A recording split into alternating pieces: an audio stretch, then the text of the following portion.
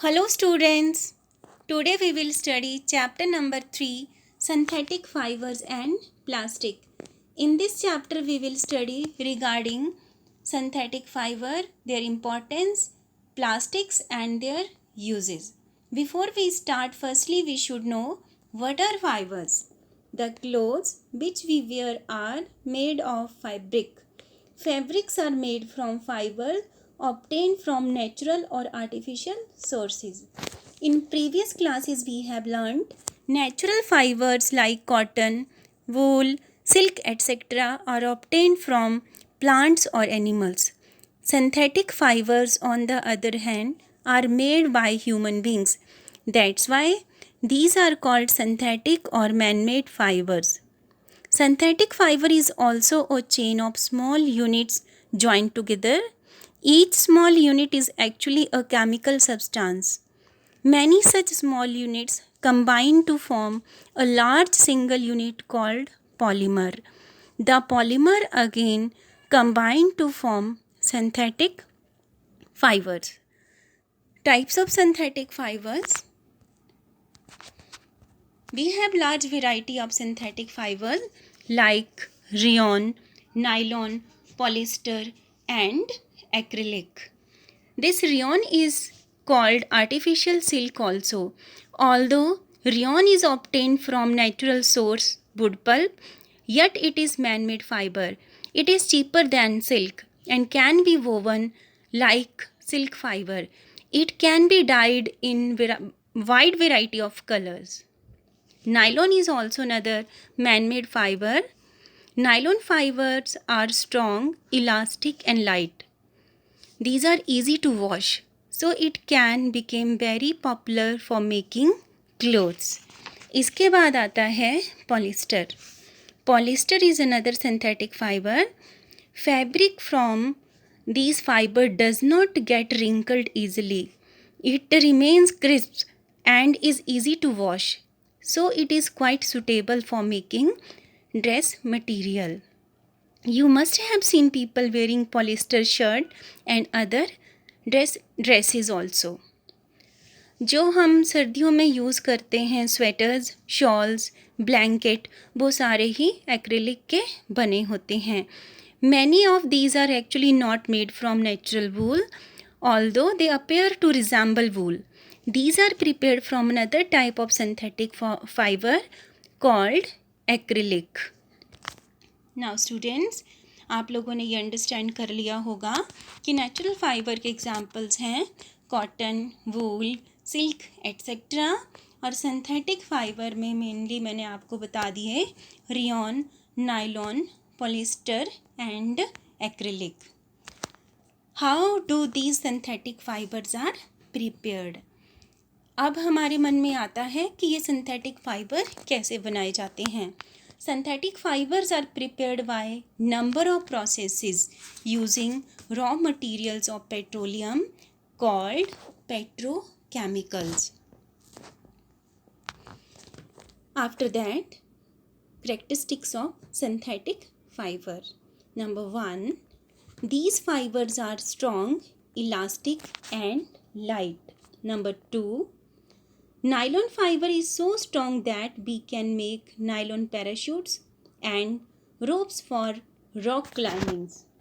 Number 3, these fibers dry up quickly and they are less expensive and readily available, easy to maintain also.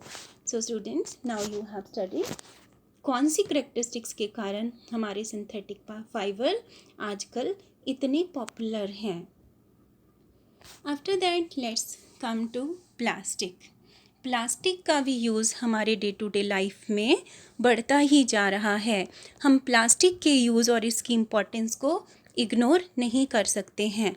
हमारे घरों में use होने वाले utensils, सबसे सुबह सुबह यूज़ होने वाला हमारा टूथब्रश, बकेट, कप एट्सेट्रा, ये सारे ही प्लास्टिक के बने हुए हैं. Plastic is also a polymer like synthetic fiber. All plastics do not have same type of arrangement of units. Polythene is an example of plastic. ये कुछ हमारे पास प्लास्टिक के एग्जाम्पल्स हैं. How after that, types of plastic. These plastics are of mainly two types. Number 1, thermoplastic. Number 2, thermosetting plastic. Depending upon the qualities of the plastic, these plastics are differentiated. So now we will study regarding difference between thermosetting and thermoplastic.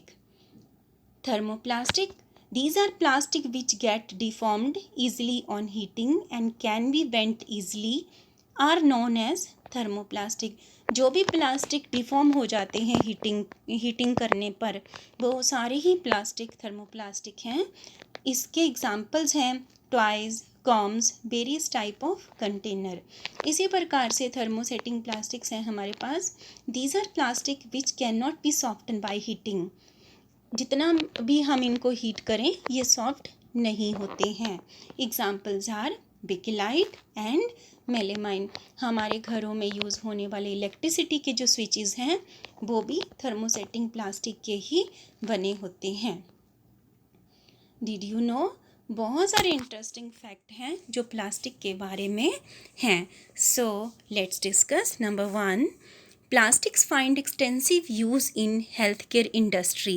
Some example of their use are the packaging of tablets, threads used for stitching wounds, syringes used by doctors, and gloves also used by doctors. Number of medical instruments. Number 2, special plastic cookware is used in microwave ovens for cooking food. In microwave ovens, the heat cooks the food but does not affect plastic vessel. Food तो हमारे इन plastic के vessels में cook हो जाता है but plastic के vessels को ये इफेक्ट नहीं करता है. इसी प्रकार टेफलॉन जो है एक स्पेशल काइंड का प्लास्टिक है. On this plastic oil and water do not stick. It is used for non stick coating on cookware. जो हमारे घरों में नॉन स्टिक यूटेंसिल्स आते हैं इसके ऊपर टेफलॉन की कोटिंग होती है. एक और इंटरेस्टिंग फैक्ट है प्लास्टिक्स के बारे में, हमारे पास फायर प्रूफ प्लास्टिक्स भी हैं. ये भी थर्मोसेटिंग प्लास्टिक के ही बने हैं. Although synthetic fibre catches fire easily. It is interesting to know that the uniform of fireman have coating of melamine plastic to make them flame resistant. इस प्रकार से बच्चों आप लोगों ने देखा है प्लास्टिक की कितनी इम्पोर्टेंस है हमारी लाइफ में. प्लास्टिक ने क्या कुछ संभव बना दिया है.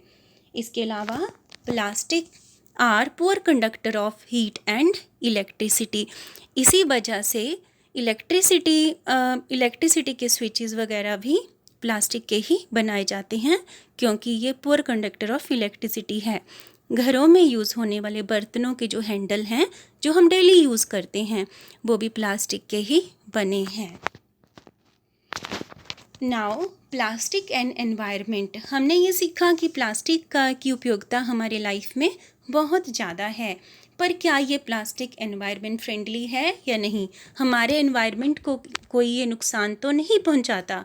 तो अब हम इसके बारे में भी जानेंगे. Plastic is not environment friendly. Number 2, burning process of plastic is quite slow and it does not get completely burnt and releases lot of poisonous fumes in the atmosphere causing air pollution. Air pollution के बारे में आप लोग जानते हैं कि air pollution हमारे लिए हम कैसे प्रॉब्लम्स क्रिएट करता है. It's a health hazards also. After that plastic का उपयोग तो हम सबको करना ही है पर हमें एक रिस्पॉन्सिबल सिटीज़न कैसे बनना है, हमें अपने एनवायरनमेंट को कैसे बचाना है. हमने पिछली क्लासेस में भी पढ़ा है to become a responsible citizen we have to remember 5R principle. क्या है 5R प्रिंसिपल, एक बार हम फिर रिवाइज करते हैं. Number 1 reduce, number 2 reuse, number 3 recycle, number 4 recover, number 5 reuse also, and at last number 1 Do not throw plastic bags in water bodies or on the road. Number 2, take a cotton carry bag or jute bag while going for shopping. Number 3, try to minimize the use of plastic material. जब भी हम कहीं पे shopping के लिए जाते हैं तो हमें अपने साथ एक कैरी बैग, कपड़े का बना हुआ या जूट का बैग ले जाना चाहिए, जिससे बार बार हमारे घरों के अंदर प्लास्टिक का सामान नहीं आएगा. सो स्टूडेंट्स, मैं उम्मीद करती हूँ कि आप लोगों ने इस चैप्टर को अच्छी तरह से अंडरस्टैंड किया होगा. आफ्टर दिस लेसन आपको एक्सरसाइज के लास्ट में दिए जाने वाले एक्सरसाइज के सॉल्यूशन भी दिए जाएंगे. आप सभी बच्चों ने उनको अच्छी तरह से अंडरस्टैंड करना है और अपनी नोटबुक्स में उनको लिखना है. Thank you so much.